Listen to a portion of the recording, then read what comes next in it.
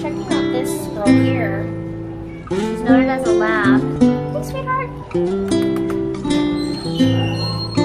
It looks like she had puppies. She definitely has a skin condition going on.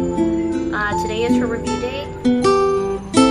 I'm not too sure what's going on with her. Now she's on bed now. I'll try to see if there's any additional information as to what her condition is. But you can see her belly down there. She has had puppies. Oh my. So, it's hard to see this.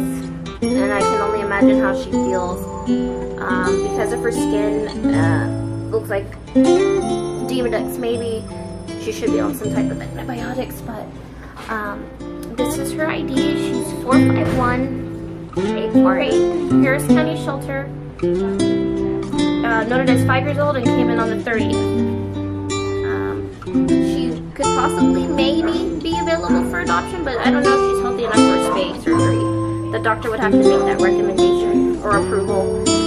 But Harris County Shelter, 612 Canina Road, Houston, Texas. For more info, please call 281-999-3191. Thank you.